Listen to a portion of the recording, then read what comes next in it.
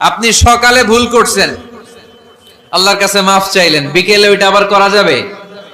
সকালে খাদ্যে ভেজাল দিছেন, বিকেলে মাফ চান, এরপরের দিন আবার ভেজাল দেন, আবার মাফ চান, তারপরের দিন বাজারে আবার ভেজাল দেন, তারপরে মাফ চান। এরকম করলে মুত্তাকি হওয়া যাবে নাকি?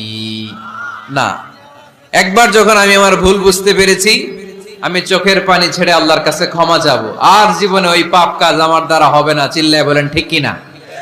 এই 5টা গুণ যার মধ্যে থাকবে তাদেরকে বলে মুত্তাকি। তাদেরকে কি বলে? তাদের জন্য ক্ষমা আর জান্নাত প্রস্তুত করে রেখেছে কে?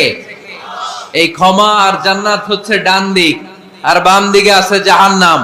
এখন আমাদের সিদ্ধান্ত নিতে হবে, আমরা ডানে যাব না বায়ে যাব। কিশোরগঞ্জের ভাইয়েরা আওয়াজ করে বলেন, আমরা কি ডানে যাব না বায়ে?